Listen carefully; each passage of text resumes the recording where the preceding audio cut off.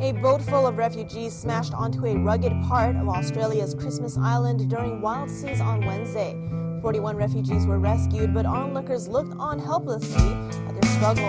At least 4 people have died and 2 are missing after another asylum seeker boat capsized off Christmas Island. From now on, the asylum seeker who arrives in Australia by boat will have no chance of being settled in Australia as refugees. For those who've come across the seas with boundless plains to share, with courage, let us all combine to advance Australia.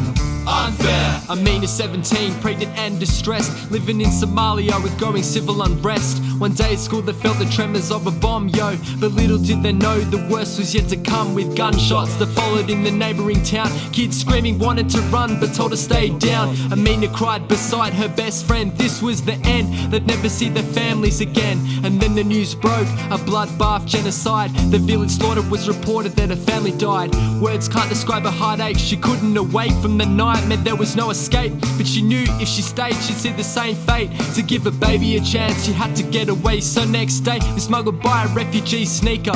She suffered for years as an asylum seeker, a 3-month journey in a leaky boat, where the least of her worries was staying afloat. And the miracle of landing on Aussie shores turned into living hell when she was detained by unjust laws. Closed doors trying to flee war, buckled behind bars while the rest of the world ignored. She cheated death over stormy seas, every night she'd freeze in sub-0 degrees. Gave birth to a baby prone to disease, mind at ease on arrival but Australia teased, cause she's on her knees begging help me please. I've sacrificed everything in search of peace, and I wanna know why I'm not being released. Innocent found guilty, no one hears a plea, and all she really wants is to be free. It's cheaper to release her and give her 250 G's, but instead Australians have to pay expensive fees to fund the prisons to detain these refugees. Why don't we let her just enter? Why spend 100 mil every year on a detention centre? Don't blame if they're violent cause you strand them on an island, then we tell them to be silent, rarely grant them asylum. Sad like the sound of a violin,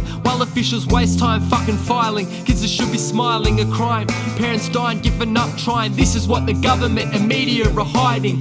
She's counting days in the cell, in the never-ending hell, carrying a burden with no one to tell. The loss of a family was enough heartache, but a baby with a shady future takes the cake. Once upon a time she had a twinkle in her eye, but the world killed her spirit, lost her love for life. We can't imagine what she's been through, but she of all people deserves a life that we're entitled to. How can we tell her to fuck off from where she came without considering her sacrifice, loss and pain? What we seem to forget is that she's not to blame. Put yourself in her shoes, wouldn't you do the same? Yeah, we complain, saying she's an economic drain, but no cost can refund the price she's paid. We're like the priest who walked past the half-dead man and didn't even think to offer a helping hand. If this land is home to all colours of skin, why are the beggars at a door which you won't let in? Can't you see that the way we're treating them is insanity? Yo, whatever happened to humanity?